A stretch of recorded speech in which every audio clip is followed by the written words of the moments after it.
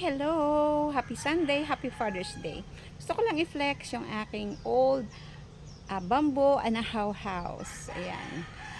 That I used to live for almost 8 years when I was here in Bicol, staying here in Bicol. This is my old bamboo anahaw house. Ngayon, I stay here for a while habang nagpapagawa ko ng new house dun sa dulo.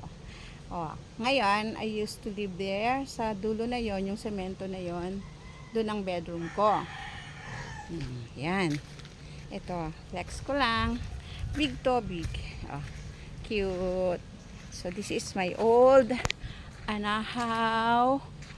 bamboo anahaw house. Itour ko kayo. Ito yung aking old house.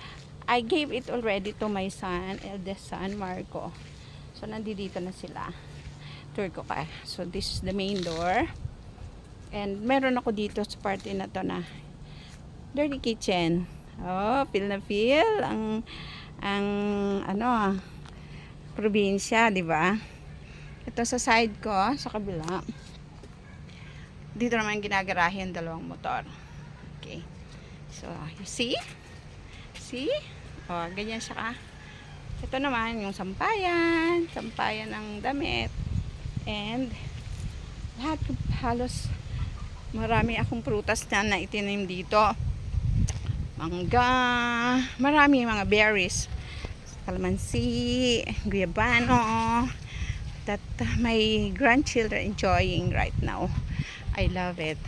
I used to plant trees for them.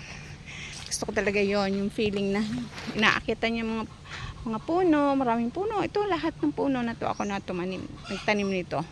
Avocado, langka, mulberries, and all. Yan, ako na nagtanim niyan. Kasi, nung nabili ko to, actually, siya, alikabok siya. Barren. Wala siyang tanim. Sabi nga nila, panggang daw, panggang. Meaning, hindi maganda yung lupa. So, what you see now, it's very sagana. Saganang-sagana sa lahat ng tanim. Even the water. Ang water dito, nandyan lang, Puntusawa. Walang metro. Okay? Bye-bye!